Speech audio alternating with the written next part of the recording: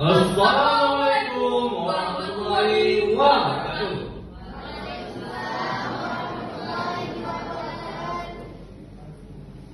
Dewan Juri yang kami hormati serta hadirin sekalian.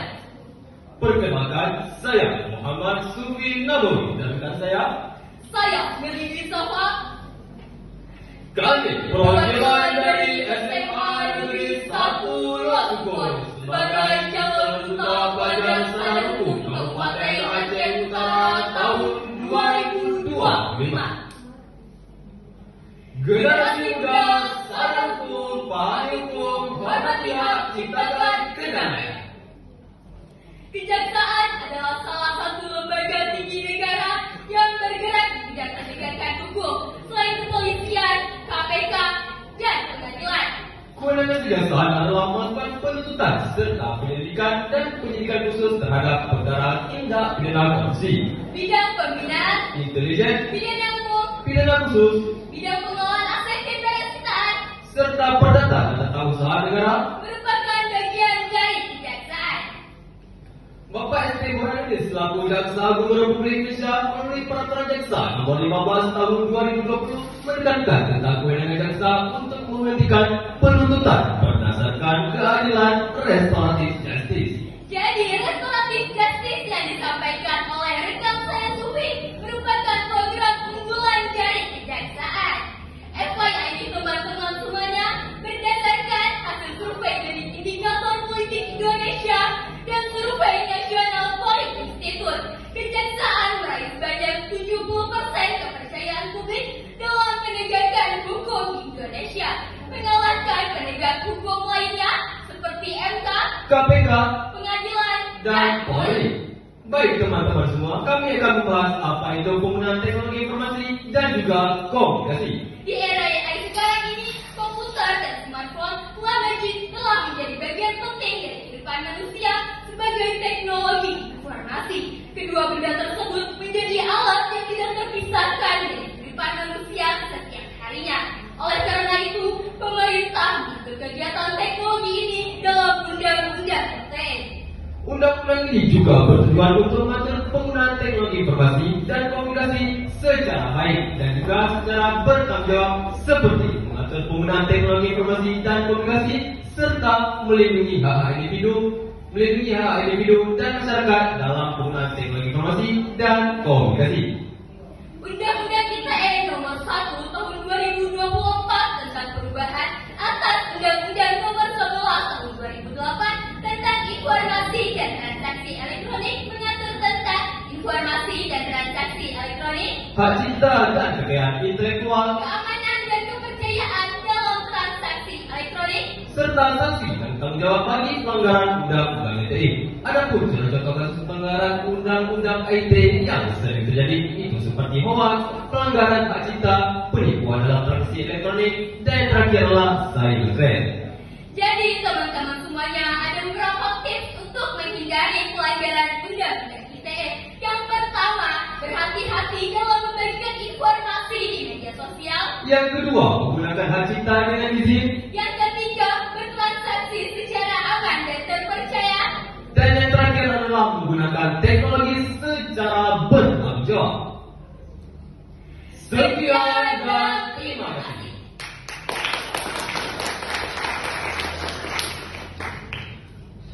Oke, ini cukup menarik ya.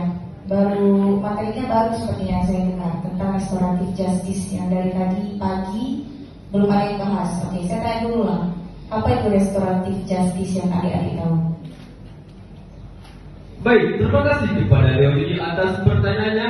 Izinkan saya untuk menjawabnya. Jadi, mengenai apa itu RJ atau restoratif justice? Restoratif justice itu adalah suatu upaya penyelesaian masalah secara damai, yang dimana pihak jaksa yang akan membantu menangani masalah tersebut dengan cara melakukan pertemuan khusus antara pihak korban, pelaku, dan juga beserta orang-orang yang terkait dalam masalah tersebut. Bukankah seperti itu dengan saya? Benar sekali yang disampaikan oleh rekan saya Sufi, dan juga restoratif justice hanya bisa diselesaikan untuk hukuman pidana di bawah 5 tahun seperti KDRT, pencurian, dan juga pencemaran nama baik.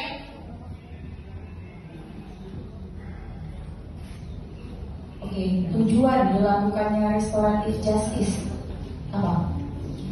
Tujuannya yaitu adalah untuk menangani masalah secara damai, yaitu tidak perlu berhubungan dengan yang namanya pengadilan agar bisa mempermudah dengan cepat perkara tersebut.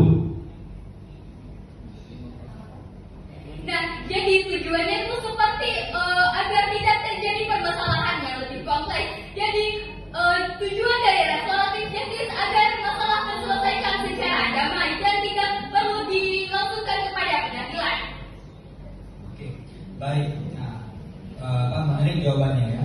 Nah, jadi kita pindah tema nih. Tadi juga teman-teman dari SMA Negeri 1 Sukun ada membahas masalah ITE. Nah, jadi coba disampaikan kepada kita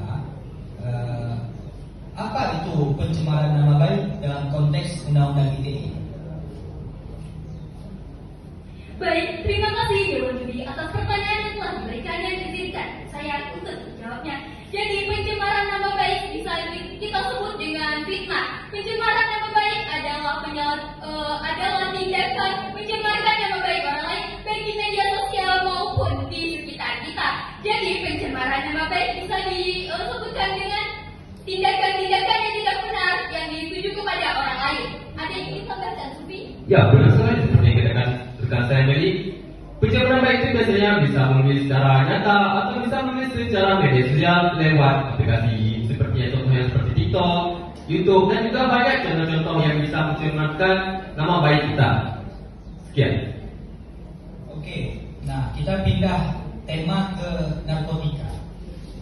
Coba ada yang menjelaskan ke kita apa sih perbedaan antara narkotika, psikotropika, dan zat adiktif.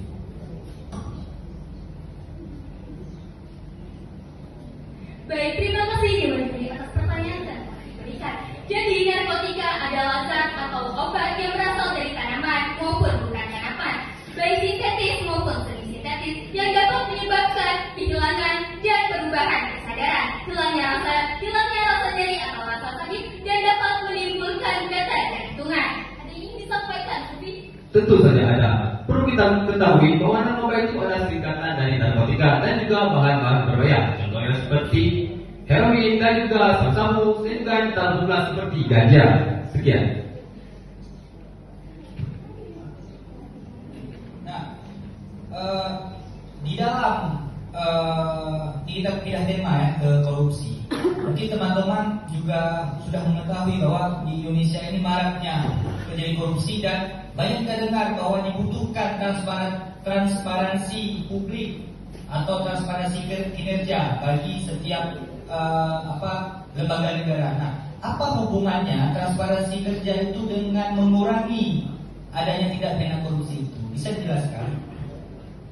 Jadi, transparan, terima kasih kepada juri atas pertanyaan, izinkan saya untuk menjawabnya. Jadi, mengenai apa itu transparansi? Transparansi itu adalah suatu yang dimana kita jelaskan dalam contohnya, yang dimana misalnya dalam organisasi tersebut itu ada seorang bendahara, yang dimana bendahara tersebut yang mengutipkan setiap minggu